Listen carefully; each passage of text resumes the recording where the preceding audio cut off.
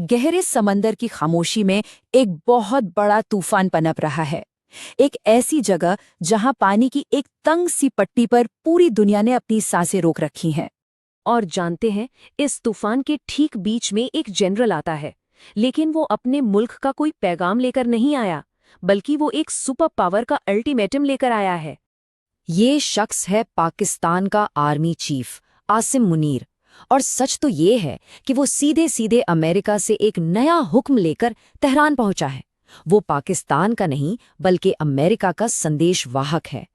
वो यहाँ एक बहुत ही गहरे और काले खेल का हिस्सा बनने आया है, वॉशिंगटन में बैठे अपने आकाओं के लिए बस एक डाकिया बनकर। इस एक पल की तैयारी आप देखिए बहुत पहले से हो रही थी। इसकी बुनियाद व्हाइट हाउस के उन गलियारों में रखी गई थी जहां उसे इसी खास मकसद के लिए तैयार किया जा रहा था। उसे दावतें दी गईं, इज्जत दी गई, बस इसी एक दिन के लिए। कई सालों से एक बहुत बड़ी रणनीति बन रही थी, क्योंकि इस पूरे खेल का जो आखिरी मकसद था वो हमेशा से तेहरान ही था। ईरान के जो भी साथी थे उन्हें एक एक करके कमजोर कर दिया गया। उसकी मदद के सारे रास्ते बंद कर दिए गए और उसे चारों तरफ से घेर कर दुनिया में बिल्कुल अकेला छोड़ दिया गया। और अब जंग का तरीका बदल रहा है। ये सीधी बमबारी की जंग नहीं है, ये है एक आर्थिक जंग। एक ऐसी मुहिम जो बनाई ही इसलिए गई है ताकि बमबारी जैसी ही वित्तीय तबाही मचाई जा सके। अमेरिका ने पूरी दुनिया को साफ साफ चेतावनी दे दी है कि जो भी देश ईरान से तेल खरीदेगा या अपने बैंकों में उसका पैसा रखेगा, उसे सजा भुगतनी होगी। लेकिन ये धमकी एक बहुत बड़ी दीवार से जाकर टकराती है, क्योंकि ईरान का सबसे बड़ा कारोबारी साथी एक ऐसी ताकत है जिसे इतनी आसानी से डराया नहीं जा सकता।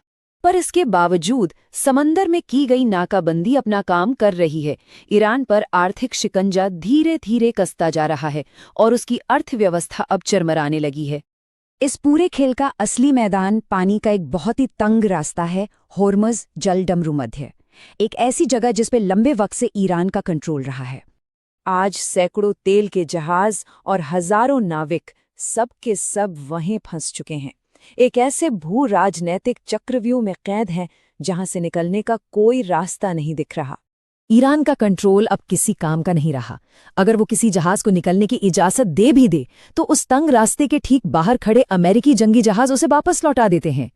इस पूरी हताशा में ईरान ने एक रास्ता सुझाया है, एक ऐसा सुरक्षित गलियारा जो जल डमरू मध्य के ओमानी हिस्से से होकर गुजरे। लेकिन सतह के नीचे एक और जानलेवा खतरा तैर रहा है। ईरान का कहना है कि उसने समंदर में जो अनगिनत बारूदी सुरंगें बिछाई थीं, अब उनका कोई हिसाब किताब ही नहीं है। वो बस लहरों के साथ आज़ादी से कहीं भी बह रही हैं। और वक्त तेजी से निकल रहा है। दबाव इसलिए भी बढ़ गया है क्योंकि डोनाल्ड ट्रंप चीन के नेता से मिलने वाले हैं और वो चाहते हैं कि जब बातचीत की मेज पर बैठें तो उनकी मुट्ठी में पूरी ताकत हो। और बस इसीलिए उस जनरल को भेजा गया था, ताकि वो एक साथी मुस्लिम मुल्क होने का वास्ता दे और ईरान की जो असली ताकत है यानी रेवोल्यूशनरी गार्ड्स, उनसे बात करके उन्हें अमेरिका की शर्तें मानने के लिए राजी कर सके। वो जनरल खुद भी बहुत बेचैन है, क्योंकि अगर ये सौदा नहीं हुआ और जंग छिड़ गई तो पाकिस्तान को लड़ने पर मजबूर होना पड़ेगा। और ऐसे में जो देश उसकी मदद करते हैं वो अपना पैसा वापस खींच लेंगे, जिससे उसकी अर्थव्यवस्था पूरी तरह तबाह हो जाएगी। फिलहाल एक अस्थायी युद्ध विराम है, एक नाजुक सी खामोशी, लेकिन कोई भी दूसरे पर भरोसा नहीं कर रहा। इस खामोशी का इस्तेमाल हर कोई जंग के अगले दौर की तैयारी के लिए और ज्यादा हथियार जमा करने के लिए कर रहा है। अमेरिकी फौज उस इलाके में अपनी ताकत लगातार बढ़ा रही है और सैनिक और जंगी जहाज और लड़ाकू विमान सब एक ऐसे टकराव की तैयारी में है जो अब होकर ही रहेगा। और इसी बीच इस कहानी में एक छिपे हुए खिलाड़ी का भी पर्दाफाश होता है। पता चलता है कि ईरान अमेरिकी ठिकानों पर नजर रखने के लिए एक चीनी सैटेलाइट का इस्तेमाल कर रहा था। चीन भले ही हथियार देने की बात से इनकार करता रहे, लेकिन ये सैटेलाइट नाम को छोड़कर हर लिहाज से एक हथियार ही है, जिसका इस्तेमाल सीधे सीधे अमेरिकी फौज पर हमलों को अंजाम देने के लिए किया जाता है। तो शतरंज की इस वैश्विक बिसात पर, जहां बड़ी बड़ी ताकतें अपने मोहरे चल रही हैं और पूरा इलाका एक धागे से लटका हुआ है, सवाल ये है कि अगली चाल क्या होगी। इस पूरे मामले पर आपकी क्या राय है, नीचे कमेंट्स में जरूर बताइएगा।